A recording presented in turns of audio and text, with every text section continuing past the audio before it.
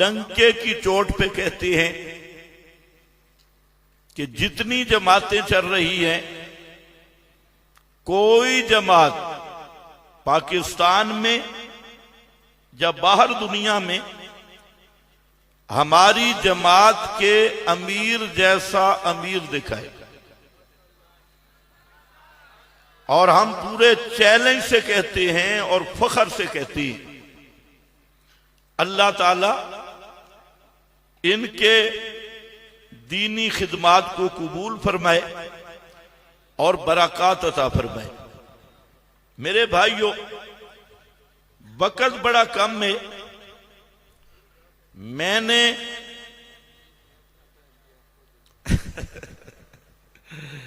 یہ حضرت الامیر حافظہ اللہ کی شفقت ہے، فرما رہے ہیں میرا ٹائم بھی آپ کا ہے۔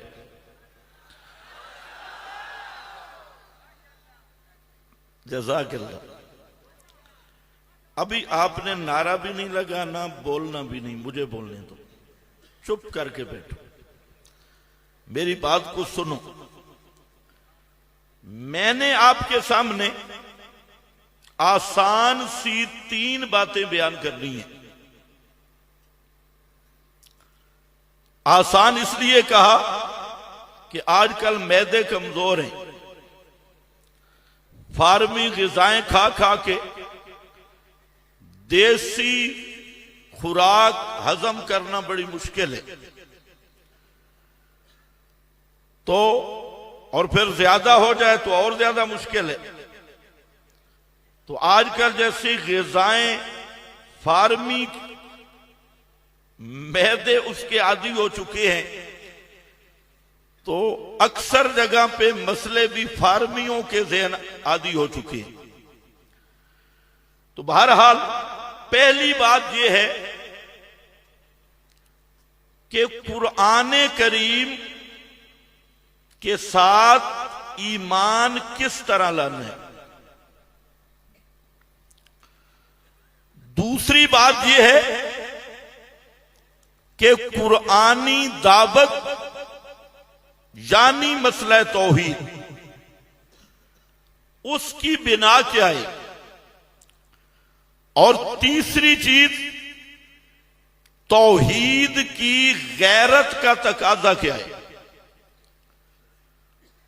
سب سے پہلی چیز، قرآن مقدس کے ساتھ ہر کلمہ گو فرقہ ایمان کا دعویٰ کرتا ہے، اور جتنے بھی کلمہ گو فرق ہیں، چاہے قادیانی ہوں وہ بھی یہی کلمہ پڑھتے ہیں، کلمہ گویان میں ہیں اگرچہ مرتد ہیں، چاہے رافضی ہوں، چاہے ان کے ساتھ مشابہت رکھنے والا جو فرقہ بھی ہے، دعویٰ یہ کرتا ہے کہ ہمارا قرآن پہ ایمان ہے، ہم قرآن کو مانتے ہیں۔ اشاعت التوحید و سنہ کا امتیاز یہ ہے کہ اشاعت التوحید یہ بتاتی ہے کہ قرآن پر ایمان کا دعویٰ کافی نہیں، جب تک قرآن کو اس طرح نہ مانا جائے جس طرح قرآن نازل کرنے والے کا مطالبہ ہے۔ جس نے قرآن نازل کیا، 1000 نہیں لاکھ مرتبہ دعوے کر، اللہ کی ہاں ایمان بالقرآن معتبر تب ہوگا کہ کتاب اللہ پر ایمان اس طرح لا جس طرح میرے رب کا مطالبہ ہے، جس کا یہ کلام ہے۔ اور وہ کیا ہے؟ قرآن مقدس کا جو اللہ رب العزت نے تعارف پیش کیا، بعض ائمہ نے اسماء القرآن پہ کتابیں لکھی، اور انہوں نے تقریباً 55 کے قریب نام قرآن مقدس کے تعارف کے قرآن مقدس ہی سے اخذ کیے، بعض نے اس سے بھی زیادہ اخذ کیے۔ اگر ان 55 کاموں کا جائزہ لیا جائے، خلاصہ نکالا جائے تو ایک ہی لفظ بنتا ہے، اور وہ یہ کہ قرآن مقدس تمام کائنات کی کتب پر، تمام علوم پر قرآن حاکم اور مہیمن ہے۔ ساری کتابیں، سارے علوم یہ نیچے ہیں، اور سب پر حاکم کتاب اللہ ہے۔ اور جب تک کتاب اللہ کو حاکم نہیں مانیں گے اور ساری کتابوں کو محکوم نہیں مانیں گے، اس وقت تک قرآن پر ایمان کا دعویٰ سچا نہیں ہو سکتا۔ میں صرف مثال دیتا ہوں، قرآن مقدس کے تعارف میں اللہ رب العزت نے ایک لفظ اور صفت ذکر کی قرآن مقدس کی، اور فرمایا مہیمنن علیہ۔ مہیمنن کا معنی کنٹرول کرنے والا، نگرانی کرنے والا، نگہبانی کرنے والا، اور علیہ اس ضمیر کا مرجع دیکھ لیں، تورات، انجیل، اللہ کی منزل کتابیں، تو اصحاب و صحائف ہوں، کتب ہوں۔ فرمایا لوگوں، جو میں نے پہلی کتابیں نازل کی، میری کتابوں پر بھی نگران اور حاکم ہے، تو وہ صرف قرآن ہے۔ تورات آئی، تورات میں تحریف ہوئی، انجیل آئی، انجیل میں تحریف ہوئی، پہلی کتب کو بدلا گیا۔ اب کچھ مضمون منزل من اللہ ہے، کچھ مضمون محرف شدہ ہے، مولویوں کا بدلا ہوا ہے۔ یہ فیصلہ کیسے ہوگا کہ رب کا بھیجا ہوا کیا ہے، مولویوں کا بدلا ہوا کیا ہے؟ اس کے اندر جج، فیصل، حاکم۔ فرمایا مہیمنن، وہ قرآن مقدس ہے۔ جب تک قرآن کو ان کتب پہ حاکم نہیں مانیں گے، مہیمن نہیں مانیں گے، تورات نہیں پتہ چل سکتی اللہ نے کون سی نازل کی تھی، مولویوں نے کون سا حصہ بدلا، انجیل، زبور، یہ کتابیں بدلی کہاں سے، منزل کون سی ہے؟ منزل وہی ہوگا جس کی قرآن تصدیق کرے گا، محرف وہ ہوگا جس کی قرآن تکذیب کرے گا۔ تو جج کس کو ماننا ہوگا؟ اونچے آپ بولو، نعرے نہیں، میرے ساتھ بولو۔ جج کس کو ماننا ہوگا؟ جی، جج، حاکم، مہیمن اور مولویوں کی کتابوں کی باتیں نہیں، رب کی منزل کتابیں، ان پر بھی حاکم کتاب اللہ، قرآن مقدس۔ اور میرا بھائی، جب تورات، انجیل، زبور، صحائف پہ حاکم قرآن ہے، تیرے مولوی ہوں، میرے مولوی ہوں، کسی فرقے کے مولوی ہوں، اکابر ہوں، بزرگ ہوں، مشائخ ہوں، ان کی کتابوں پر کوئی اور حاکم ہوگا، ان کی کتابوں پر بھی حاکم کتاب اللہ ہے۔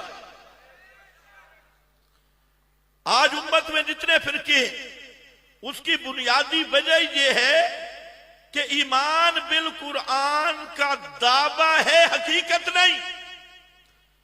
اگر آج بھی امت قرآن مقدس پہ اس طرح ایمان لائے جو میرے رب نے فرمایا، خدا کی قسم، فرقہ واریت ختم، ٹولے بازی ختم، دھڑے بندی ختم۔ اگر قرآن کو امام مان لے، حاکم مان لے، مہیمن مان لے، اور یہ آپ کو اسماء قرآن میں ملیں گے، کتاب عزیز، عزیز کا بھی یہی معنی ہے، بل ہوا قرآن مجید، مجید کا بھی یہی معنی ہے، اور لم یجعل لہ عوجا، قیمن کا بھی یہی معنی ہے، حافظن علی الکتب کلہا، قیمن، حافظن، حاکمن علی الکتب کلہا، ساری کتابوں پہ حاکم قرآن ہے، تو میرا بھائی یہ ایمان بنا، بزرگ مشائخ قابل احترام ہیں، ہم یہ نہیں کہتے اکابر کی بے ادبی کر یا ان کی توہین کر، نہیں، لیکن اکابر کی کتابوں پر، مشائخ کے اقوال پر، بزرگوں کے اقوال پر بھی حاکم ماننا ہوگا تو کتاب اللہ کو ماننا ہوگا۔ آج سب سے بڑی مصیبت یہ، ادھر سے قرآن پڑھو، آگے سے فرقہ واریت کی زبان کیا کہتی ہے؟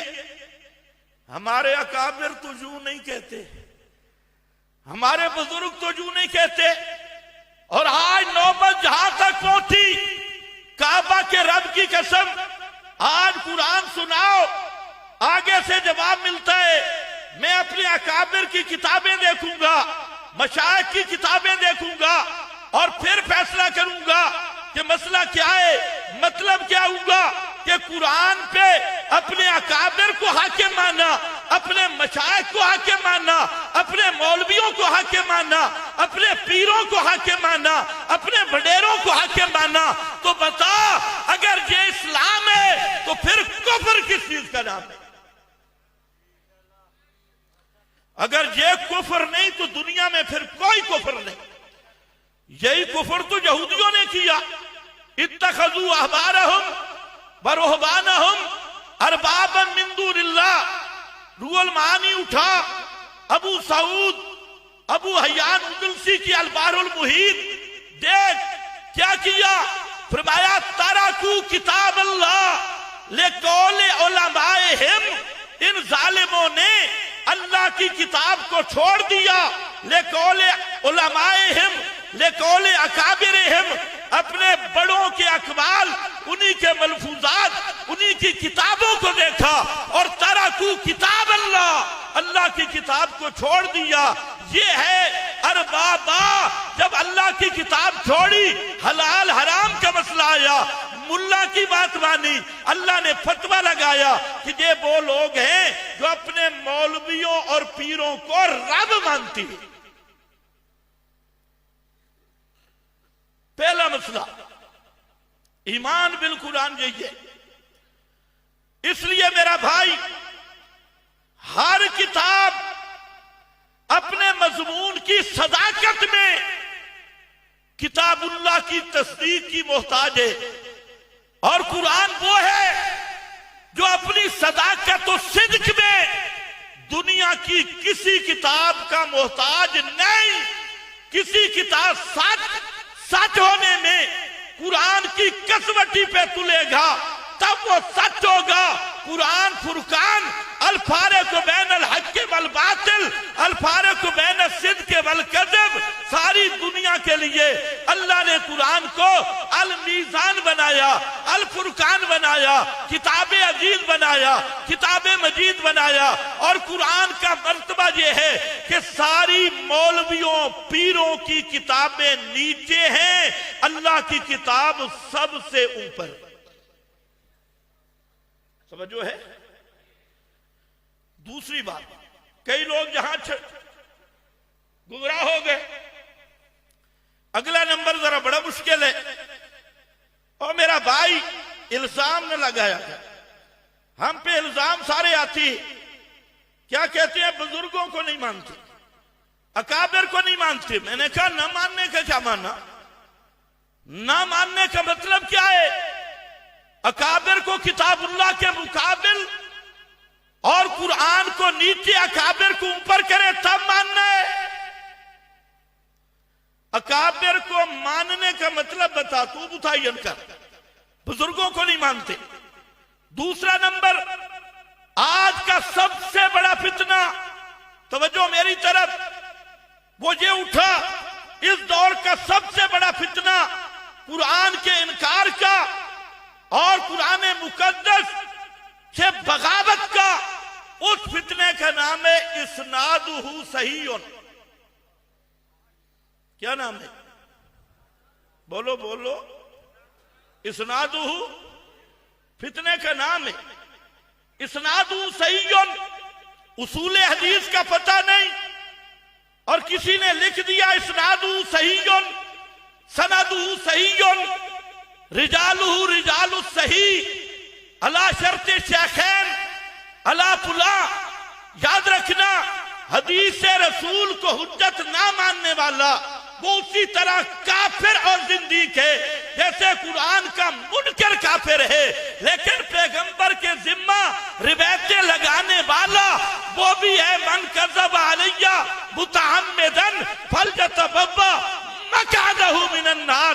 جس طرح حدیث رسول کا انکار کفر ہے، اسی طرح کسی جھوٹ کو پیغمبر کے ذمہ لگانا بھی کفر ہے. فتنہ آیا اسنادہ صحیح پڑھ لیا، اے روایت کے علی شرط شیخین ٹھیک، رجال الصحیحین ٹھیک. میں نے کہا بات پوری ہو گئی. انٹرنیشنل نمبری کے مطابق حدیث کا نمبر فلانا، صفحے دا پاسا کھبا لین پنجویں. میں نے کہا بات پوری ہو گئی. نہ میرا بھائی، تمام محدثین، تمام اہل اصول اس بات پہ متفق ہیں کہ خبر واحد کہ رجال صحیح ہوں، سند صحیح ہو. صحیح سند کے بعد 4 شرطیں اور کھڑی ہیں، 4 معیار متن کے ہیں. سند صحیح ہونا صحت الاسناد لا یستلزم صحت المتن. سند صحیح ہے، آگے معیار کھڑا ہے.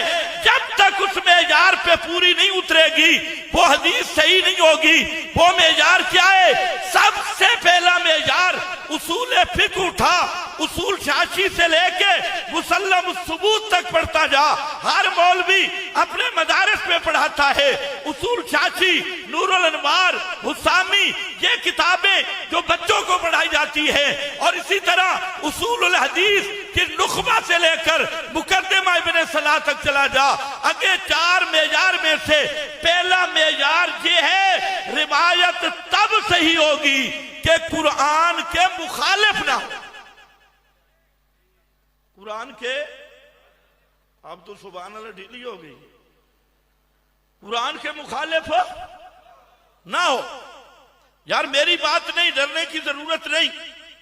میں اس پہ سینکڑوں حوالے دے سکتا ہوں، بڑے بڑے حوالے دے سکتا ہوں، محدثین کے بھی، اہل اصول فقہا کے بھی. لیکن جو علماء ہیں وہ اچھی طرح سمجھتی ہیں کہ آج یہ جو فتنہ آیا اسناد صحیح والا، اسی پر صحابہ پہ جرح شروع ہو گئی، اسی پہ حضرت معاویہ پہ بک بک شروع ہو گئی، حضرت ابو بکر، عمر، عثمان، ان پہ بک بک شروع ہوئی. میں نے کہا سننا ہے، صحابہ وہ ہیں اور جن کے بارے میں قرآن نے کہا اولئک ہم الصادقون، اولئک ہم الراشدون، اولئک حزب اللہ، اولئک علی ھدی من ربہم.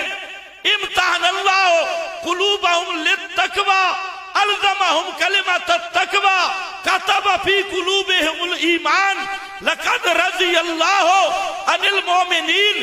اے پورا قرآن بتا رہا ہے پیغمبر کے سارے صحابہ وہ عادل بھی ہیں، وہ ثقہ بھی ہیں، وہ اللہ کے محبوب بھی ہیں، اور وہ جنت کے حقدار بھی ہیں. یہ قرآن ہے. اب اس کے مقابل دنیا جہان میں یہی بات امام اہل سنت مولانا عبدالشکور لکھنوی رحمت اللہ تعالی علیہ اپنے رسالہ خلفائے راشدین میں، اور مفتی محمد شفیع صاحب مقام صحابہ میں رسالہ، ان کا رسالہ مقام صحابہ، انہوں نے بڑی پیاری بات لکھی. انہوں نے کہا اور صحابہ کی عدالت، صحابہ کی ثقافت، صحابہ کرام کا رضا کی سرٹیفکیٹیں اور سندیں، ان کے ایمان اور ان کا معیار ایمان ہونا یہ منصوص قطعی ہے. اور منصوص قطعی کے مقابل کوئی خبر واحد حجت نہیں بن سکتی. یہ وہ فتنہ ہے. جیلم کے چوہے جیسا فرقہ بن گیا اور بڑے بڑے فرقے اٹھے. روایت دیکھی اور کہا انٹرنیشنل نمبری کے مطابق، میں نے کہا تیرا تو باپ بھی ابھی نہیں ملا، انٹرنیشنل نمبری کا بچہ، تجھے یہ نہیں پتا؟ یاد رکھو قرآن وہ ہے جس کا ایک نمبر بھی بتا دو آیت کا، وہاں پر فیصلہ ہو جائے گا۔ لیکن حدیث کی بات امام المفسرین، سند المحدثین، مرشد العلماء کاملین حضرت مولانا حسین علی البانی رحمت اللہ تعالی علیہ، ان کا انداز درس یہ ہے، وہ فرماتی ہیں ایک جگہ پہ ایک حدیث آئی، اس حدیث کے سارے طرق نکالو، سارے طرق نکال کے سارے راوی دیکھو، اس کا متن دیکھو، اس کے راوی دیکھو، فیصلہ بعد میں کرنا، صرف ایک طریق دیکھ کر فیصلہ نہ کرنا۔ یہی محدثین کا اصول، یہی فقہا کا اصول۔ تو میرا بھائی قرآن کا ایک نمبر کافی ہے، لیکن حدیث کا جو تو انٹرنیشنل نمبری بتاتا ہے، صرف ایک نہیں دیکھنا ہوگا، اس حدیث کے سارے نمبر دیکھنے ہوں گے۔ توجہ ہے؟ اس حدیث کے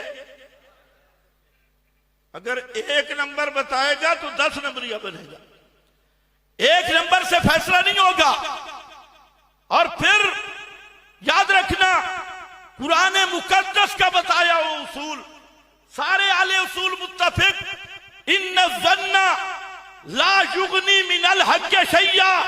علامہ علوسی، ماجدی، دیگر حضرات نے یہاں دو معنی کیے، ان الظن لا یغنی من الحق شیئا، فرمایا لوگوں ظنی دلیل قطعی کے مقابل، قطعی لا، یہ جو ظن ہے حق کے مقابل یہ قابل قبول نہیں۔ حق سے مراد علامہ علوسی ماجدی نے لیا قطعی دلیل، ظن سے ظنی دلیل، فرمایا ظن قطعیت کا مقابلہ نہیں کر سکتا۔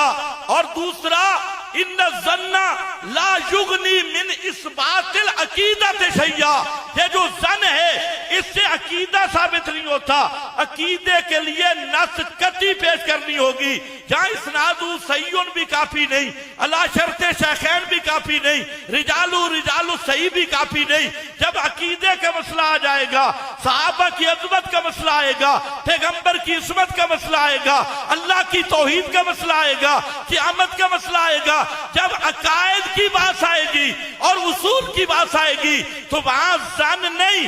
جیسے صحابہ کی عظمت قطعی ہے، اگر کسی صحابی پہ جرح کرنی ہے تو روایت میں قطعی پیش کر۔ کام مشکل تو نہیں بنا؟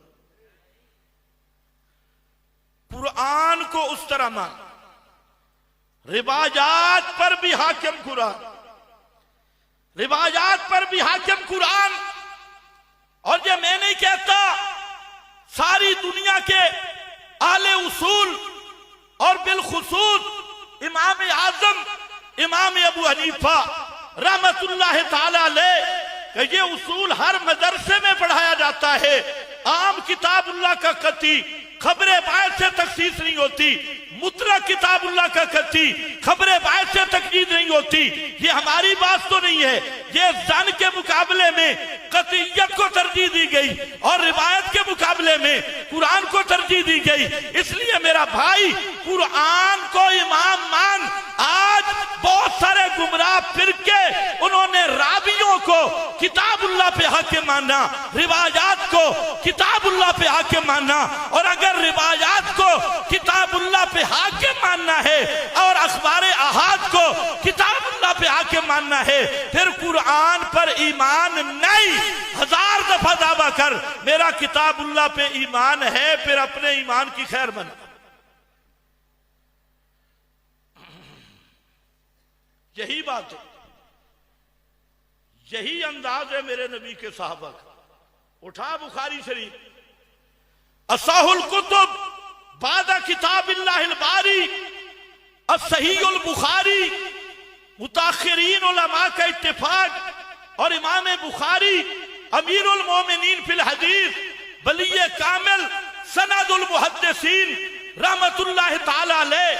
آج بعض لوگ امام بخاری کو بکواس کرتے ہیں، جن کا اپنی کوئی حیثیت نہیں، وہ امام المحدثین امام بخاری کو بک کرتے ہیں۔ بعد وہ فرقے منکرین حدیث وہ امام بخاری سے پر اپنا بغض دکھانے کے لیے بخاری شریف امام بخاری پہ رد کرتے ہیں، لیکن یاد رکھو وہ اندر کے پلیت اور خبیث ہیں۔ امام بخاری امیر المومنین سند المحدثین امیر المومنین فی الحدیث، اور بخاری بقول متاخرین اصح الکتب بعد کتاب اللہ الباری صحیح البخاری بالکل صحیح ہے، لیکن امام بخاری کی بخاری شریف میں آیا ہے، ام المومنین کو اطلاع دی گئی، بات لمبی ہے، میں نے صرف اپنے موضوع کے مطابق گفتگو کرنی ہے۔ فرمایا حضرت عبداللہ ابن عمر، حضرت عمر کی روایت وہ آ گئی، ان المیت لیعذب ببکاء اہلہ، اگر میت کے گھر والے روئیں تو میت کو عذاب ہوتا ہے، اور گھر والے کے رونے کی وجہ سے ایک مسئلہ یہ پیش ہوا۔ دوسرا مسئلہ یہ پیش ہوا کہ کلیب بدر کے کنویں میں جو مردے پڑے تھے، تو نبی کریم علیہ السلام نے فرمایا تھا انہم الآن یسمعون، کہ اس وقت میری بات سن رہے ہیں جو بما اقول لہم، جو میں ان سے کر رہا ہوں۔ یہ دو مسئلے پیش ہوئے ام المومنین، اور ام المومنین سیدہ کائنات حضرت عائشہ صدیقہ اس دھرتی پہ اکیلی وہ خوش نصیب عورت ہے کہ جس کی صفائی میں رب نے کلام کیا ہے اور سورہ نور نازل کی، یہ وہ خوش نصیب عورت، اور ام المومنین مومنوں کی ماں۔ کئی لوگ کہتے ہیں جی ہم تو ماں نہیں مانتے، کہتے ہم عائشہ کو ماں نہیں مانتے، تو میں نے کہا ہم مناتی نہیں۔ دوسرا فرقہ اٹھا، اس نے کہا حضرت عائشہ کو ماں مانو، میں نے کہا دونوں صبر کرو، ہم تمہاری صلح کرا دیتی۔ وہ کہتے ہیں ہم ماں نہیں مانتے، دوسرے کہتے ہیں ہم منوائیں گے۔ میں نے کہا قرآن سے پوچھتے ہیں، جو کہتی ہیں ہم ماں نہیں مانتے وہ ٹھیک کہتی ہے۔ پریشان ہو گئے، وہ کیا کہتے ہیں؟ ٹھیک کہتی ہے۔ کیوں؟ کہ قرآن نے حضرت عائشہ کو ہر ایک کی ماں نہیں کہا، قرآن نے حضرت عائشہ کو مومنوں کی ماں کہا ہے، ہر ایک کی ماں نہیں، مومنوں کی ماں۔ اور جو کہتے ہیں میں ماں نہیں مانتا، تو اس کا مطلب ہے وہ کہہ رہے ہیں کہ میں مومن نہیں، کٹر کافر۔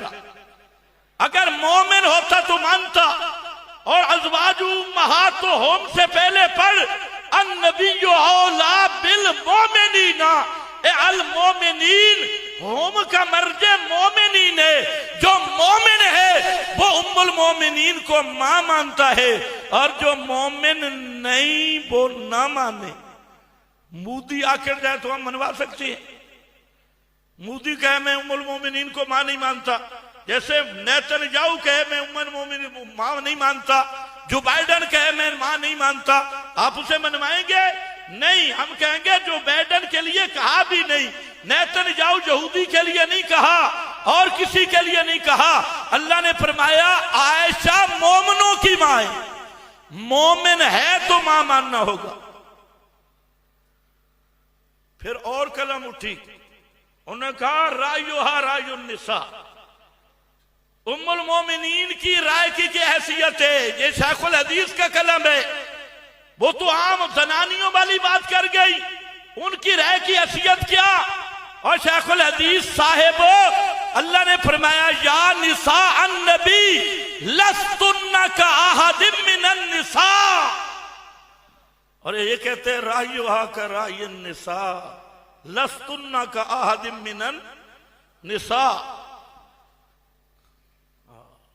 چلو آگے چلو، ام المومنین کے سامنے جب فیصلہ مسئلے دو آئے، ام المومنین نے لفظ کہا، فرمایا حسبکم القرآن، حسبکم القرآن، اے لوگو تمہیں قرآن کافی ہے۔ قرآن کہتے ہیں لا تذرو وازرۃ وزر اخری، کرے کوئی اور بھرے کوئی، یہ اللہ کا قانون نہیں ہے۔ کرے شہباز شریف جیل میں عمران خان ہو، یہ تمہارا قانون ہے۔ کھائے کوئی مارے کوئی کھائے، چاہے کوئی، کرے کوئی بھرے کوئی، یہ اللہ کا قانون نہیں ہے۔ فرمایا روئیں گھر والے اور سزا میت کو ملے۔ لا تذر وازرۃ وزر اخری، ام المومنین یہی مسئلہ پکوا رہی ہیں کہ راوی بھی صحیح ہے، ابن عمر بھی صحیح راوی، حضرت عمر بھی صحیح راوی، راوی صحیح ہے باوجود اسناد صحیح ہونے کے۔ فرمایا حسبکم القرآن، جب قرآن کے مقابل آئی ام المومنین نے فرمایا یہ راوی بھول گیا ہے، یہ راوی بھول گیا ہے، رب کا قرآن سچا ہے۔ اور دوسرے مسئلے میں ام المومنین نے فرمایا وما انتا، ایک لفظ کیف یقول رسول اللہ، اللہ کے رسول بھلا یہ کہہ کیسے سکتے ہیں کہ مردے سنتے ہیں یا مردوں نے سنائے؟ فرمایا نہیں، کیوں؟ قد قال اللہ ما انت بمسمع من فی القبور،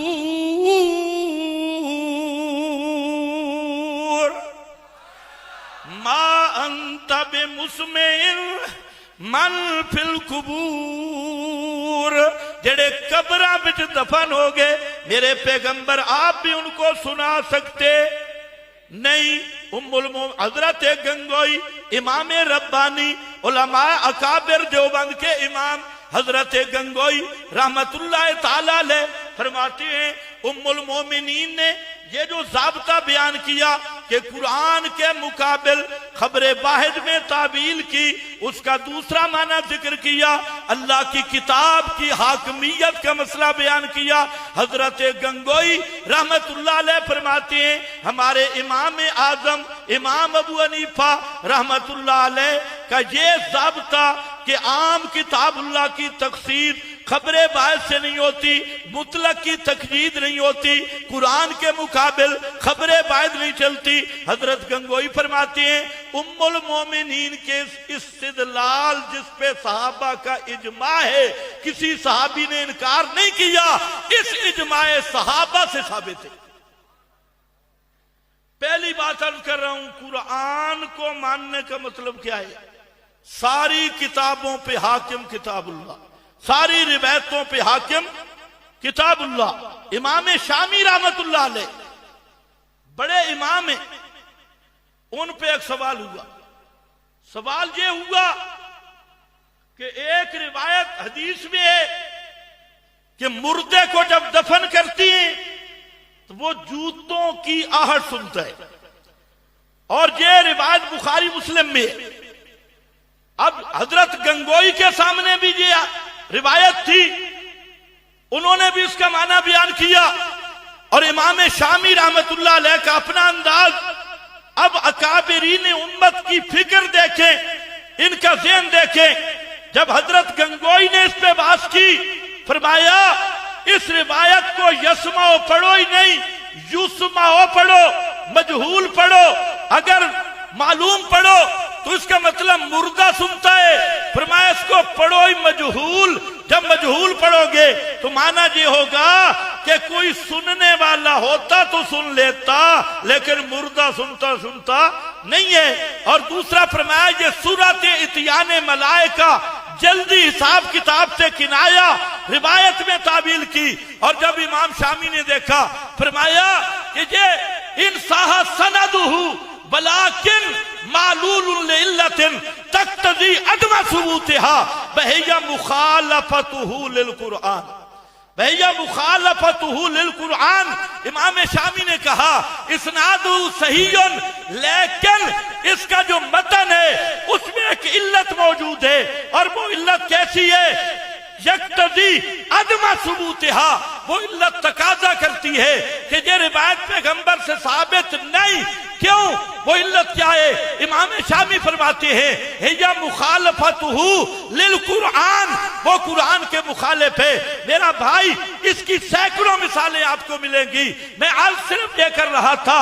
آج امت میں جتنا فتنہ ہے، ہر آدمی نے، کسی نے کتابوں کے تابع قرآن کو کیا، کسی نے راویوں کے محکوم قرآن کو بنایا، کسی نے اپنے اپنے بزرگوں کا روایات کی قرآن پہ حکومت مانی، لیکن اللہ نے قرآن بھیجا سارے علوم پر حاکم بنا کر اور ساری کتابوں پہ حاکم بنا کر۔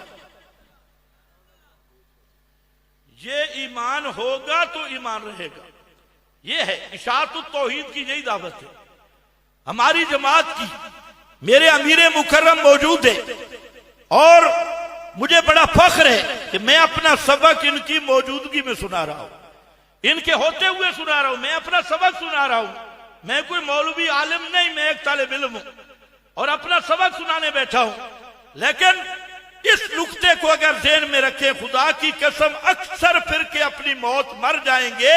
یہ جتنے فرقے ہیں، چاہے وہ رافضی ہو، چاہے رافضیوں کا اگلا ایڈیشن ہو یا ان کا اگلا ایڈیشن ہو، یا کوئی للڑ ہو، یا کوئی رضا خانی ہو، یا کوئی غیر مقلد ہو، ان کو دھوکہ یہ لگا ہے، ہر ایک چیز کو مانتے ہیں، لیکن ان کا کتاب اللہ پہ ایمان اس طرح نہیں جیسے رب نے کتاب اللہ کی عظمت بیان کی۔ کتاب اللہ پہ ایمان کا مطلب یہ ہے جب قرآن فیصلہ کر دے، ہاں البتہ ایک بات یاد رکھنا، قرآن کا معنی اپنی طرف سے نہیں کرنا۔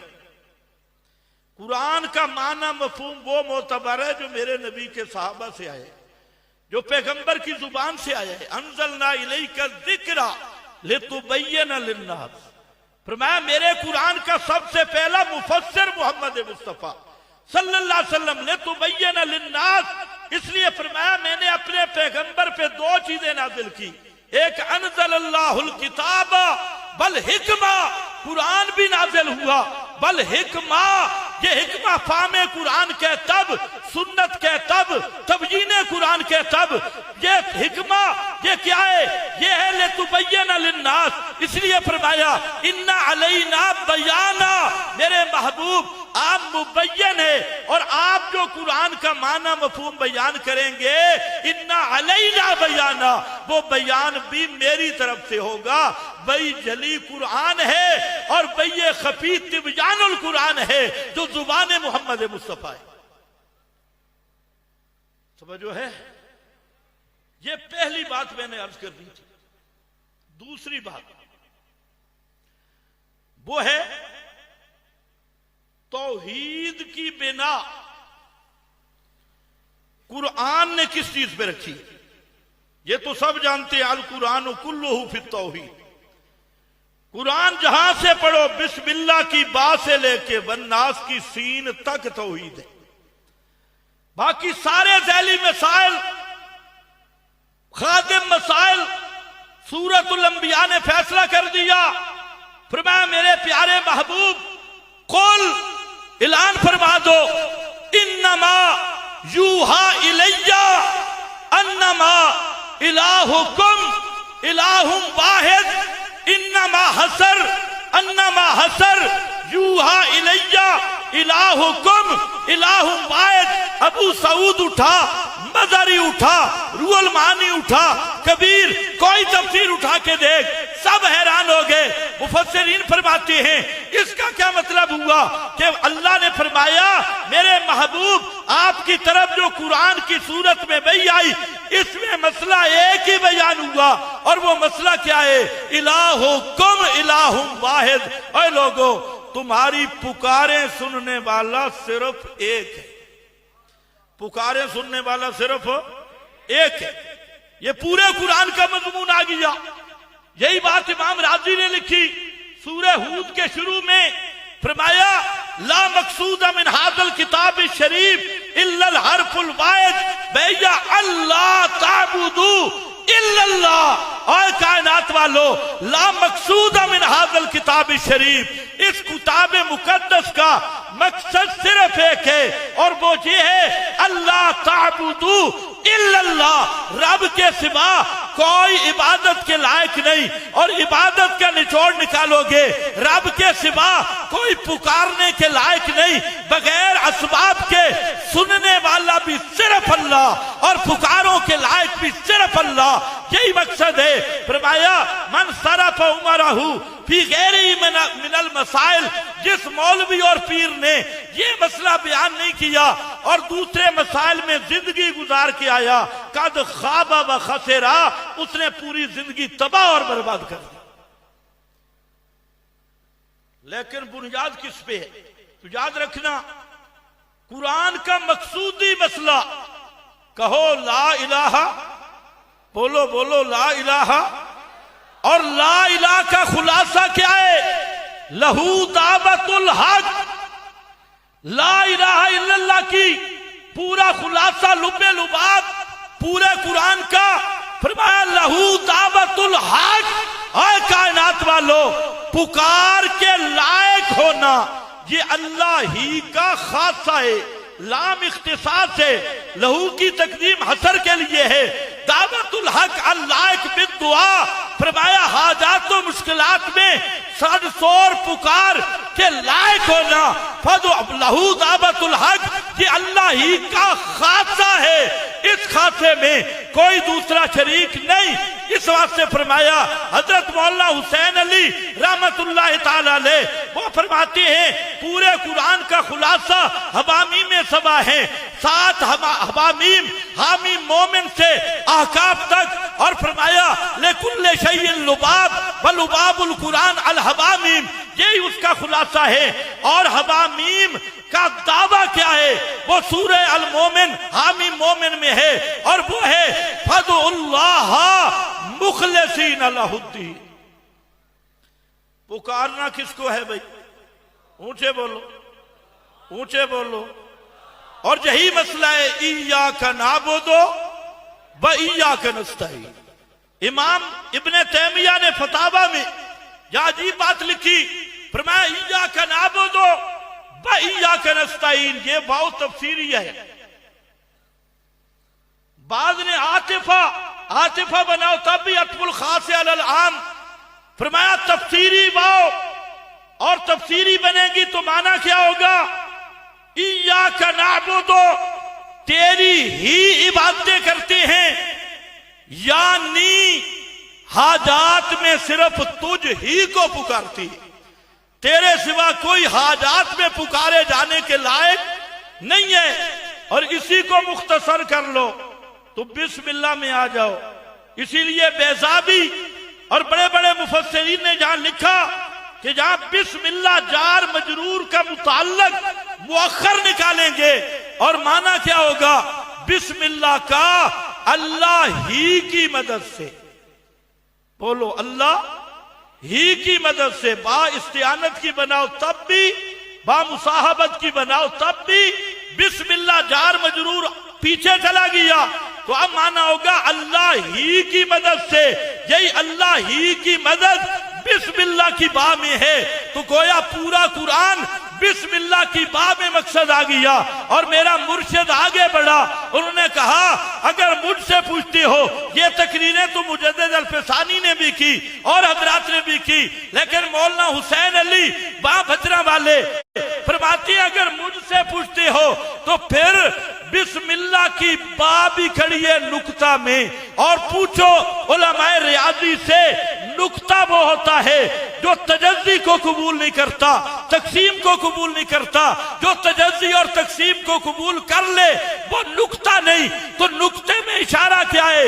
مشرک اور شرک کی بنیاد ہے، جعلوا لہ من عبادی جزءا، مشرک اللہ کی تجزی مانتا ہے، اللہ کے اختیارات اور صفات غیروں میں مانتا ہے، وہ تجزی کا قائل ہے، اور بسم اللہ کا نکتہ بتا رہا ہے جیسے نکتہ تجزی سے پاک ہے، میرا رب اپنی ذات صفات میں بھی تجزی سے پاک ہے، اسی کا نام توحید ہے۔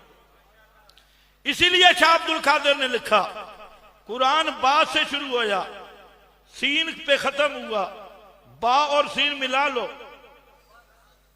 با اور سین ملا لو، بس کہتے ہیں توحید بس باقی سب حوث، توحید بس باقی سب حوث۔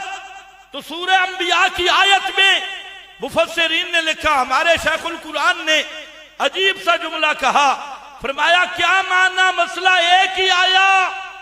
فرمایا مخدوم مسئلہ ایک ہے، مقصودی مسئلہ ایک ہے، باقی سارے مسئلے تابع۔ توحید مخدوم، عظمت صحابہ تابع، توحید مخدوم، عصمت انبیاء تابع، توحید مخدوم، عظمت انبیاء اسی کے تابع مسئلہ، اور قیامت، جنت، جہنم، نماز، روزہ، حج، زکات، یہ سارے اسی کے تابع مسئلے۔ اور اصل مقصد وہی ہے کہ انما الہکم الہ واحد۔ اور کائنات والو، مقصد والا مسئلہ یہ ہے، یہی وہ مسئلہ ہے جو بنائے کائنات ہے، یہی وہ مسئلہ ہے جو روح کائنات ہے۔ اللہ نے کائنات بنائی بھی اسی مسئلے کی خاطر۔ کچھ کہتے ہیں لولاک لما خلقت الافلاک، لولا عیسیٰ لما خلقت الافلاک، لولا عزیر۔ شاہ عبدالعزیز نے لکھا لولا عزیر، یہودیوں نے کہا عزیر نہ ہوتے میں کائنات نہ بناتا۔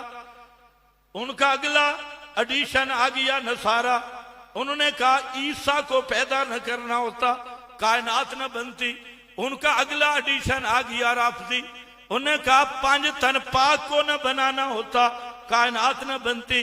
ان کا اگلا ایڈیشن آ گیا، چلو آپ سمجھ جائیں گے، اگلا ایڈیشن آ گیا، انہوں نے کہا لولا کا، او سونیا یہ تو انو پیدا نہ کرنا ہوندہ کائنات میں پیدا نہ کرتا۔ اور کہتے ہیں کتاب فطرت کے سر ورق پہ جو نام احمد رقم نہ ہوتا، یہ نقش ہستی ابھر نہ سکتا، وجود لوح قلم نہ ہوتا۔ میں نے کہا جھوٹ نہ بول، سورہ طلاق پڑھ، آخری آیت پڑھ، تے جھوٹے مولویاں نو طلاق دے دے، جھوٹے پیروں کو طلاق دے دے، جھوٹے ملا کو طلاق دے دے۔ آخری آیت فرمایا الذی خلق 7 سماوات بل ارض مثلہن یتنزل الامر بینہن، کیوں؟ لتعلموا ان اللہ علی کل شیء قدیر وان اللہ قد احاط بکل شیء علما۔ یہ کائنات اس لیے بنائی لتعلموا، تاکہ تمہیں پتہ چلے کہ اس کائنات میں بغیر اسباب کے تصرف کرنے والا بھی اللہ، بغیر اسباب کے جاننے والا بھی اللہ۔ اور یہی ہے لا الہ الا اللہ، اور اسی کا خلاصہ لہو دعوت الحق۔ اور یہی فرمایا ما خلقنا السماوات والارض وما بینہما الا بالحق لاظہار الحق۔ اور وہ حق وہ یہ لہو دعوت الحق، کائنات اللہ نے بنائی توحید پر۔ توجہ میری طرف، میرے محبوب نے فرمایا جب تک کائنات میں ایک بھی توحیدی موجود ہے، ایک بھی کون موجود ہے؟ جلدی جلدی میں ذرا اگلے ٹپے پہ آؤں۔ توحیدی موجود ہے، اللہ قیامت قائم نہیں کرے گا۔ مسلم شریف لا تقوم الساعة حتى لا يقال في الارض اللہ اللہ لا الہ الا اللہ۔ کوئی بھی کسی کونے پہ بھی ایک بھی سچا موحد موجود ہے، اللہ کے کاغذوں میں پورا جہان آباد ہے۔ جہان کا مقصد کہ روح کائنات توحید موجود ہے۔ اور فرمایا جب ایک موحد بھی نہیں رہے گا اللہ کائنات کو ختم کر دے گا۔ پتہ چل گیا کہ کائنات کی روح بھی توحید ہے، بنا مقصد کائنات بھی توحید، روح کائنات بھی توحید۔ کہ ایک مسئلہ تو بھی بتا دے چلتے ہوئے، پیغمبر کا فرمان سچا یا نہیں؟ اونچے بولو اور اونچے بولو، تھک گئے ہو؟ سچا۔ پیغمبر کریم فرماتے ہیں ایک بھی توحیدی فی الارض زمین کے اندر موجود ہو قیامت قائم ہو سکتی؟ اگر خود محمد مصطفیٰ مدینہ کے اندر زمین میں زندہ موجود ہوں، انبیاء انہی زمینی قبروں میں دنیاوی حیات کے ساتھ زندہ ہوں، قیامت آئے گی؟ اور بتاؤ، تم بتاؤ، ہم تو ویسے بدنام ہو گئے جی مسئلہ ان کو آتے ہی جی، چلو تمہیں اب آنا چاہیے، اور یہ فتوے لگاتی ہیں۔ میں آپ فتوہ نہیں لگاؤں گا، آپ سے پوچھوں گا کہ پیغمبر کریم فرما رہے ہیں زمین میں ایک بھی زندہ ہو قیامت قائم ہو سکتی نہیں، امتی زندہ ہو قیامت قائم نہیں ہو سکتی۔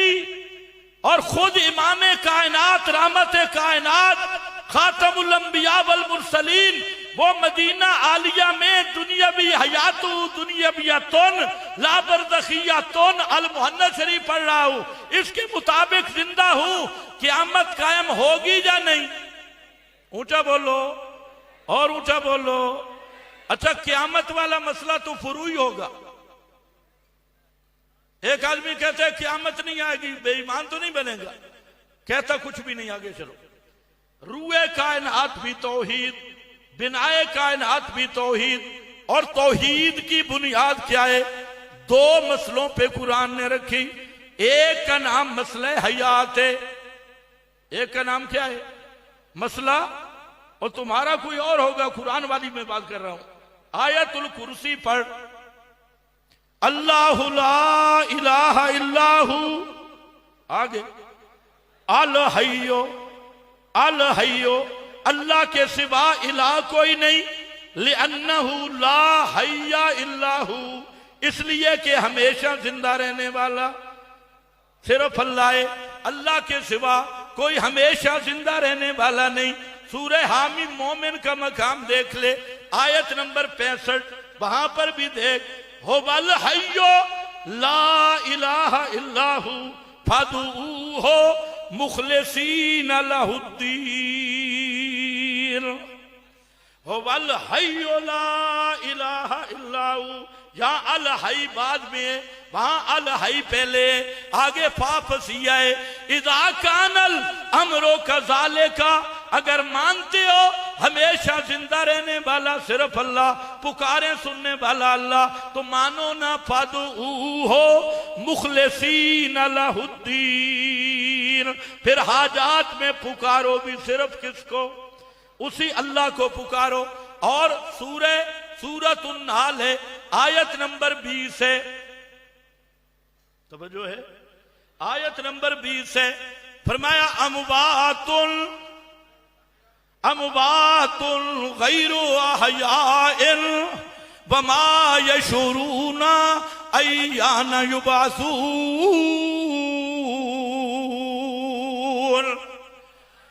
ہم مشرکو جن کو تم پکارتے ہو، مجھ پہ ناراض نہ ہونا، فتاوی رضویہ اٹھا کے دیکھ لے، تفسیر عثمانی دیکھ لے، بیان القرآن دیکھ لے، خفاجی علی البیضاوی دیکھ لے، خود بیضاوی دیکھ لے، کوئی تفسیر کشف الرحمن اٹھا کے دیکھ لے، موضع القرآن دیکھ لے، سب تفسیریں بولیں گی اموات، انبیاء کو بھی شامل ہے، اولیاء کو بھی شامل ہے۔ اللہ فرماتے ہیں او مشرکو جن کو تم پکارتے ہو وہ کون ہے؟ اموات غیر احیاء، کیا معنی؟ شیخ الہند کا ترجمہ پیش کر رہا ہوں، مردے ہیں جن میں جان نہیں، مردے ہیں جن میں جان نہیں۔ اللہ فرماتے ہیں اموات غیر احیاء۔ مولوی نے کتاب لکھی حیات الاموات، حیات الاموات ہے خدا کا مقابلہ کے لیے۔ چلو آج میں نے مسئلہ سماعیات نہیں بیان کرنا، آگے چلو۔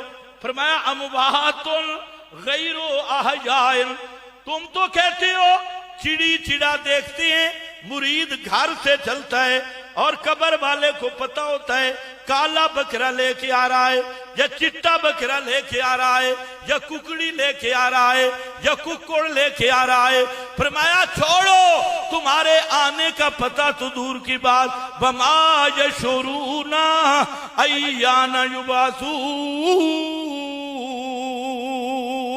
ان کو اتنا پتہ بھی کوئی نہیں کہ قبروں سے کب زندہ کر کے اٹھائے جائیں گے. تیرے بکرے دا کتھوں پتہ لگ سی, تیری ککڑی دا کتھوں پتہ لگ سی, اتنا بھی پتہ نہیں. آگے کیا ہے؟ وَإِلَٰهُكُمْ إِلَٰهٌ وَاحِدٌ وَإِلَٰهُكُمْ إِلَٰهٌ وَاحِدٌ. مسئلہ الہ اموات, مسئلہ الہ الحیو, مسئلہ الہ هو الحیو.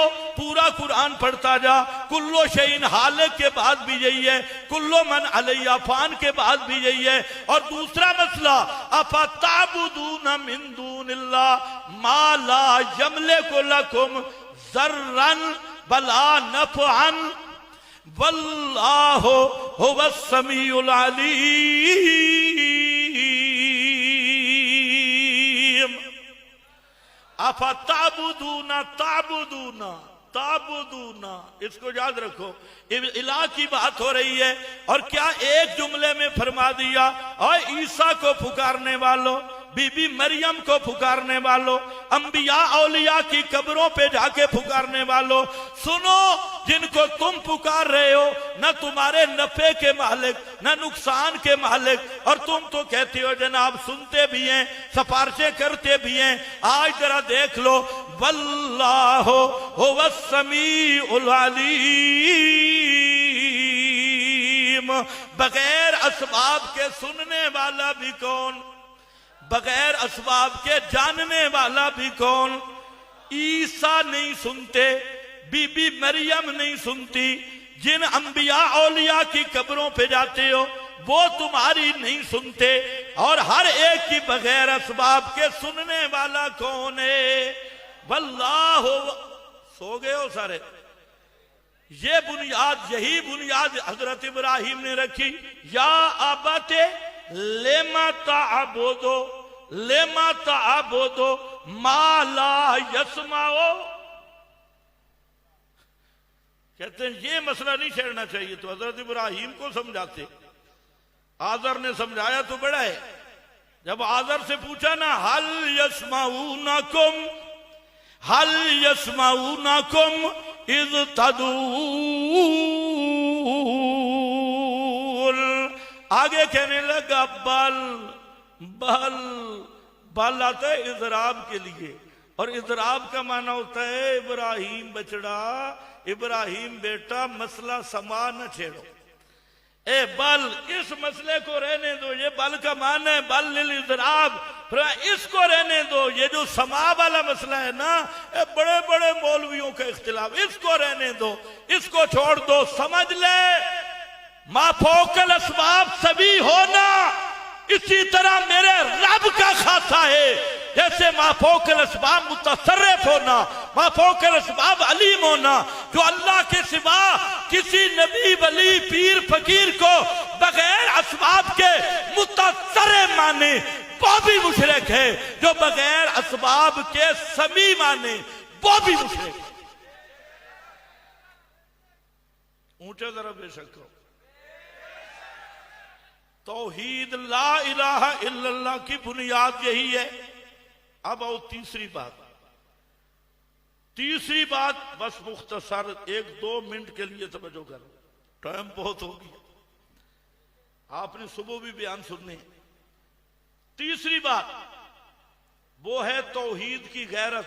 بولو توحید کی, چلو یار غیرت کا لفظ نہ بولو, حرارت کا بولو. توحید کی حرارت. توحید کی حرارت جہاد میں, ایمان کی حرارت کس میں ہے؟ اونچے بولو. اب جو بول نہیں سکتے جہاد کیا کریں گے؟ حرارت ایمان توحید حالی کی تکمیل. ایک تو توحید قال ہے, زبان, عقیدہ. ان الذین قالوا ربنا اللہ, یا قول بمعنی عقیدہ ہے. امام بخاری رحمت اللہ علیہ وہ بھی ایک پورا باب قائم کرتے ہیں قول, اور پھر وہاں ثابت کرتے ہیں کہ قول بمعنی عقیدہ. یہاں قالو یہ عقیدہ ہے, توحید قالی عقیدہ ہے. یہ نجات کے لیے کافی ہے۔ اگر کالی توحید نصیب ہو گئی اور ایک حالی توحید ہے جو توحید کا رنگ چڑھ گیا، دل بھر گیا اور توحید کے ثمرات ظاہر ہونے لگے، اسی کو توحید عملی بھی کہتے ہیں، اسی کو توحید حالی بھی کہتے ہیں، اور اسی کو ربط علی القلب بھی کہتے ہیں۔ ربط قلوب، ربطنا علی قلوبہم، ربط قلوب کا درجہ بھی ہے، یہ توحید حالی ہے، یہ دل میں اتر گئی۔ یہ وہی توحید ہے جس کے بارے میں اللہ فرماتے ہیں کہ وَلَقَدْ هَمَّتْ بِهِ وَهَمَّ بِهَا لَوْلَا أَن رَأَىٰ بُرْهَانَ رَبِّهِ۔ یہی برہان رب ہے، اور یہ وہی توحید ہے کہ حضرت موسیٰ کلیم دریا کے کنارے پہ کھڑے ہو کے، پیچھے فرعون ہے، آگے دریا ہے، اور حضرت موسیٰ کیا کہتے ہیں؟ اسباب ختم ہو گئے لیکن توحید اتنی رچ پچ گئی، اتنا اعتماد کامل ہے۔ جواب کیا دیتے ہیں؟ کہنے والے کہنے لگے اِنَّا لَمُدْرَكُونَ، فرمایا کَلَّا اِنَّا مَعِیَ رَبِّی، اِنَّا مَعِیَ رَبِّی سَیَہْدِینِ۔ اس سین میں پورا ربط کھڑا ہے، سیاہدین۔ بہرحال او میرا بھائی، جب توحید حالی بن جائے، انسان کے اندر رچ پچ جائے، اس کے ثمرات آتے ہیں، پھر قرآن کا رنگ چڑھتا ہے، پھر آدمی سے بدعملی چھوٹ جاتی ہے، پھر تقریراں بیچڑیاں ختم ہوئے میں دیا۔ شکر ہے تمہیں پتہ نہیں چلا۔ پھر تقریروں کی فیسیں بھی ختم ہو جاتی ہیں، پھر جناب قرآن کی فیسیں گئی، اب وہ اللہ کے محبت میں مست ہوتا ہے۔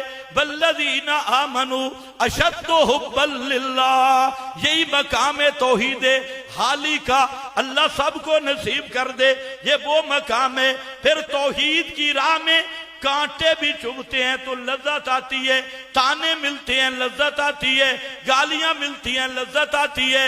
یہی وہ مقام ہے۔ بلال انگاروں پہ، گرم پتھروں پہ لیٹ کے بھی احد احد کے مزے لیتا ہے، اور یہی وہ مقام ہے جس میں اللہ کے محبوب فرماتے ہیں من احب للہ وابغض للہ وآطا للہ ومنع للہ فقد استکمل الایمان، وفی روایت قد وجد حلاوت الایمان، وجد حلاوت الایمان۔ یہی وہ ایمان کی مستی ہے، یہی وہ ایمان کی لذت ہے۔ آدمی جب اس مقام پہ پہنچتا ہے، ساری کائنات کلا وجود نظر آتی ہے، اسباب استعمال کرنے کے باوجود اسباب پہ بھی بھروسہ نہیں، کسی چیز پہ بھی نہیں، آدمی مخلوق سے کٹ کے رب کا بن جاتا ہے۔ اور جب یہ مقام توحید حالی کا ملتا ہے اور یہی توحید کی حرارت ہے، پھر میدان جنگ میں سعد ابن ربیع کو دیکھ لو، میرے پیغمبر کا تربیت یافتہ صحابی ہے، احد کا مقام ہے، حضرت سعد ابن ربیع ہے۔ اور جب جنگ ختم ہو گئی، پیغمبر کریم نے 3 صحابہ کی ڈیوٹی لگائی، ایک محمد بن مسلمہ ہے، دوسرا زید بن حارثہ ہے، تیسرا ایک اور صحابی ہے۔ 3 صحابہ کی ڈیوٹی لگائی، جاؤ میرے سعد کا پتہ کر کے آؤ۔ جنگ ختم ہو گئی، جاؤ سعد کس حالت میں ہے۔ یہ صحابہ پہنچتے ہیں سعد ابن ربیع کے پاس اور دیکھتے ہیں 70 زخم کھائے ہوئے۔ کتنے؟ ہاں، آج تو مواحد کو تھوڑا بخار ہو جائے تو مسجد نہیں جاتا، نمازیں گئی۔ یہ توحید کالی ہے میرا بھائی، حالی نہیں۔ اور جتنی لذتیں توحید کی ہیں وہ تب ہے کہ توحید اندر رچ پچ جائے، توحید کا رنگ چڑھ جائے اور ربط القلب کی نعمت حاصل ہو جائے۔ اور جہاں شیخ القرآن ایک جملہ کہتے تھے، فرماتے لوگوں ربطنا علی قلوبہم، ربط القلوب کا وہ درجہ ہے جس کے حاصل ہونے کے بعد آدمی ہدایت سے اتر نہیں سکتا۔ اور محمد کے سارے صحابہ کو اللہ نے ربط القلب کے درجے کا ایمان دیا، یہ وہ ایمان تھا۔ سعد ابن ربیع کو دیکھا 70 زخم ہیں، نیزوں کے، تلواروں کے، اور آخری وقت ہے، صحابی جا کے کہتا ہے اللہ کے محبوب نے بھیجا اور پوچھا ہے کہ سعد سے پوچھو کیا حال ہے. حضرت سعد کہتے ہیں کہ قل لہو، اللہ کے محبوب کو کہہ دینا کہ اللہ کے محبوب تیرا غلام تجھے سلام کہہ رہا ہے، میری طرف سے محمد مصطفیٰ پہ سلام ہوں. قل لہو، تو کہہ دینا. اچھا خیر اس کو میں چھوڑ رہا ہوں. تو کہہ دینا سلام.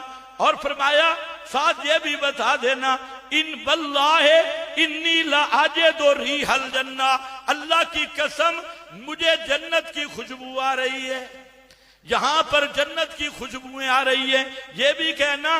اور قل لہم، میرے انصاریوں کو بھی کہہ دینا، اے انصار کی جماعت، واللہ اللہ کی قسم اگر تم زندہ رہے اور مشرکوں نے میرے نبی کو تکلیف دی اور نقصان پہنچایا اور اس وقت ایک انصاری کی بھی آنکھ کا پتلا یہ حرکت کر رہا ہو تو اور کسی نے بھی پیغمبر کریم تک پہنچ گیا، لا عذر لکم عند اللہ یوم القیامہ، قیامت کے دن تمہارا کوئی عذر نہیں ہوگا. توجہ کر میرا بھائی، یہ وہ کون سا مقام ہے کہ حضرت سعد ابن ربی 70 زخم کھا کے بھی ساتھیوں کو کہتے ہیں جانیں لٹا دینا، اور وہاں پڑے ہو کر کہتے ہیں انی لاجد ریح الجنہ. حضرت خالد بن ولید ہیں، انہوں نے کہا جرنیل سیف من سیوف اللہ. جب جنگ موتا ہو رہی تھی، بخاری شریف، اللہ نے درمیان کا پردہ اٹھایا اور پیغمبر کریم کو جنگ کا منظر دکھا دیا. فرمایا او میرا فلانا جرنیل شہید ہو گیا، فلانا شہید ہو گیا اور فلانا جنت میں پہنچ گیا. اور فرمایا اب اخذا سیفن، اب جو تلوار جس کے ہاتھ آئی ہے یہ ہے سیف من سیوف اللہ، خالد ابن ولید ہے. اس کے ہاتھ میں تلوار آئی، پیغمبر کریم منظر کشی کر رہے ہیں. وہ خالد، اس کو عیسائی جرنیل کہتے ہیں، خالد سنائے ہمارے تلوار بھی دیکھ، اپنے بھی دیکھ، ہمارے تیر دیکھ، اپنے بھی دیکھ، ہمارا لشکر دیکھ، اپنا بھی دیکھ.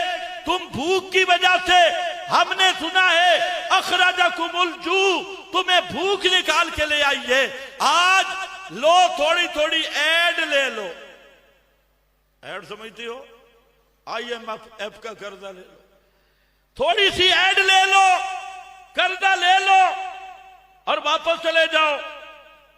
حضرت خالد نے کہا تو نے غلط سنا ہے، یہ جو تو کہنا نا بھوک لے کے آئی، غلط سنا ہے، کذب تھا. ہم نے سنا ہے، توجہ میری طرف، ہم نے سنا ہے کہ رومیوں کا خون بڑا مزیدار ہے، رومیوں، عیسائیوں کا، امریکیوں کا، آج کل کی زبان میں خون بڑا پیارا ہے، اس لیے ہم آئے ہیں تمہارا خون پینے، یعنی قتل کرنے کے لیے، مارنے کے لیے. اس نے کہا اور کیسے مارو گے؟ اپنے ہتھیار، ہمارے ہتھیار دیکھ لو. خالد کہتا ہے واللہ انا نحب الموت کما تحبون الشراب. اے ظالمہ، جیسے تمہیں شراب کا چسکا ہے ہمیں اسی طرح موت کی لذت اور چسکا ہے. تو کس پہ بھول رہا ہے؟ یہ وہ رنگ ہے رب تلل قلب والا جو محمد کے صحابہ پہ چڑھائے. اسی لیے فرمایا اولئک حزب اللہ، یہ اللہ کی جماعت ہے، اللہ کی فوج ہے. پاکستان میں پاکستان کی فوج پہ اعتراض کرنا یہ بغاوت ہے. کئی بیچارے اسی سزا میں پڑے ہوئے ہیں. پاکستان کی فوج پہ اگر اعتراض کرنا بغاوت ہے تو پھر اللہ کی فوج پہ اعتراض کرنا اور تنقید کرنا یہ کفر نہیں تو کفر کے سینگ نہیں ہوتے. میری فوج پہ اعتراض کرے وہ میرے ملک کا باغی ہے، اور اللہ کی فوج پہ اعتراض کرے وہ قرآن کا باغی ہے، وہ اسلام کا باغی ہے. اس لیے میرا بھائی یہ ہے وہ مقام. آج اگر اس کی جھلک دیکھنی ہے تو غزہ میں دیکھ، آج یہی ربط القلب کی جھلک دیکھنی ہے۔ فلسطین اور غزہ کے مجاہدین، القسام کے مجاہدین، یحییٰ سموار جیسا مجاہد، اور اسی طریقے سے جو وہاں مخالص توحیدی اور خالص موحد بھی ہیں، مجاہد بھی ہیں، اور اسماعیل ہنیہ جیسا مجاہد، اور 12 مہینے گزر گئے، 12 مہینے 13واں شروع ہو گیا، اور دنیا کے دجال اسرائیل نے کہا تھا 1 ہفتہ میں سب کو مٹا دیں گے، ملیا میٹ کر دیں گے۔ 13 مہینے گزر گئے، مٹھی بھر اصابت من المسلمین یقاتلون علی الحج، اس کا مصداق بن کے غزہ کے قسام کے مجاہدین آج بھی ڈٹے ہوئے ہیں۔ 12 مہینے گزر گئے، آج نیتن یاہو جیسا دجال اور شیطان اور بے ایمان آدمی، آج وہ خود حیران ہو گیا کہ نہتے لوگ جن کے پاس اسلحہ نہیں، کھانا نہیں، پینا نہیں، کوئی چیز بھی نہیں، لیکن یہ کون سی طاقت ہے؟ ان کے پاس نہ کھانا ہے، نہ پینا ہے، نہ دوائیاں ہیں، ہر طرف سے رسائل بند کر دیے گئے، اسباب بند کر دیے گئے، لیکن وہ غاروں میں بیٹھے ہیں۔ اسرائیل کا اسلحہ بھی ختم ہو رہا ہے، امریکہ شیطان کا اسلحہ بھی جا رہا ہے، لیکن اللہ کے یہ شیر غاروں میں بیٹھ کے اسی طرح شیر بن کے ابھی یحییٰ سموار کہ خود اسرائیل نے ویڈیو جاری کی جو اس کے گلے میں پڑ گئی، بازو کٹ گیا، لات کٹ گئی اور اٹھنے کے قابل نہیں، وہ بیٹھا ہے فقیر صوفے پہ بیٹھ کے ان کے ڈرون کو ڈنڈا لگا رہا ہے۔ یہ ہوتا ہے ربط القلوب، اور یہی ہوتی ہے وہ توحید کی وہ چاشنی، غیرت، اس کا نام جہاد ہے۔ آج امت کی ذلت کی ایک وجہ بھی یہ بھی ہے کہ یہود کے کہنے پہ، نصرانیوں کے کہنے پہ، یہود و نصارہ کے غلام بن کر اصلی جہاد کو دہشت گردی کہا اور جہاد کا انکار کیا، جہاد کی آیات کو نصاب سے نکالنے کی کوشش کی، اور امت کو کرکٹ پہ لگایا، امت کو کھیلوں پہ لگایا، ٹک ٹاک پہ لگایا، اور یہ ٹچ موبائل کی فحاشی پہ لگایا۔ دنیا کی ساری فحاشی اور بے حیائی اور یعنی آج کے نوجوان کے سامنے کر کے یہود و نصارہ نے جو ہمارا اصل سرمایہ تھا، اصل غیرت تھی، اصل عزت تھی، اصل اسلام کی عزت تھی، توحید و سنت کی عزت تھی، جس عزت کی بنا پر اقامت توحید ہونی تھی، وہ عزت ہم سے چھین لی۔ آج 12 مہینے ہو گئے، کسی 57 اسلامی ملکوں میں سے کسی ایک میں یہ غیرت نہیں کہ وہ کفر کی آنکھوں میں آنکھ ڈال کے بات کرے۔ ایک منافق کھڑا ہے، کبھی کہتے ہیں جہاد کی انگوٹھی پہن لی، کبھی کہتے ہیں جھنڈا لہرا دیا، کبھی کہتے ہیں روزہ رضا پہ لہرا دیا۔ میں نے کہا میں جانتا ہوں تم وہی عبداللہ ابن ابی کی نسل آ رہے ہو، اور میرے بھائی آئندہ وقت یاد رکھ لے، توحید و سنت کی امانت کو محفوظ رکھ، لیکن اصل جب تک یہ امت جہاد کے فریضے کی طرف نہیں آئے گی، خدا کی قسم یہ مارے کھائے گی۔ کیا وجہ ہے؟ اسباب سب سے زیادہ ہیں، ہمارے پاس ایٹم موجود ہے، لیکن ساتھ شہباز شریف بھی موجود ہے۔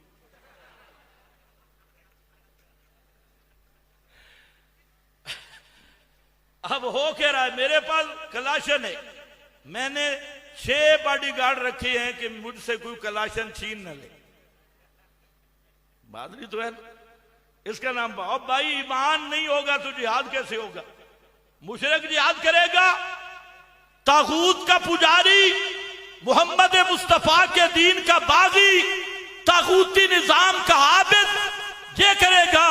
57 اسلامی ملک بڑے اسلام کا نعرہ لگانے والے آج تک غزہ میں ایک گھونٹ پانی کا نہیں پہنچا سکے، ایک روٹی نہیں پہنچا سکے۔ آپ اندازہ کر لیں یہ طاغوتی دجالی نظام کے یہ حکمران، ان میں غیرت نہیں۔ غیرت تب ہوتی ایمان ہوتا، جب ایمان نہیں تو غیرت کیسے آئے گی؟ غیرت تو توحید کی ہوتی ہے، غیرت ایمان کی ہوتی ہے۔ اس لیے دنیا، یورپ اور دیگر کافر قسم کے لوگ وہ تو احتجاج کر رہے ہیں، اور اسرائیل سے بعد میں تعلقات بھی ختم کیے، لیکن یہ ابھی بھی امریکہ کا سجدہ کرنے کے لیے تیار ہے، استنجا کر رہے ہیں کہ کسی طریقے جو بائیڈن جیسے باندر کا سجدہ کرے، نیتن یاہو جیسے خنزیر کو، اس کو ہم سلوٹ مارے۔ تو یاد رکھ میرا بھائی، دنیا تقسیم ہو گئی، ایک حق کا راستہ ہے، ایک دجال کا راستہ ہے۔ جتنے یہود و نصارہ کے طاغوتی نظام کے غلام ہیں، یہ سب دجال کے ہاتھ پہ بیعت کے لیے تیار ہو چکے ہیں۔ اگر مسلمان بن کے رہنا ہے اور توحیدی مرنا ہے، توحیدی بن کے رہنا ہے، خدا کی قسم یا جہاد کرنا ہوگا اور جہاد کی ساری قسموں پہ آنا ہوگا۔ جب تک توحید کی غیرت نہیں پیدا کرو گے، اس وقت تک توحید پہ موت نصیب نہیں ہو سکتی۔ وآخر دعوانا الحمدللہ۔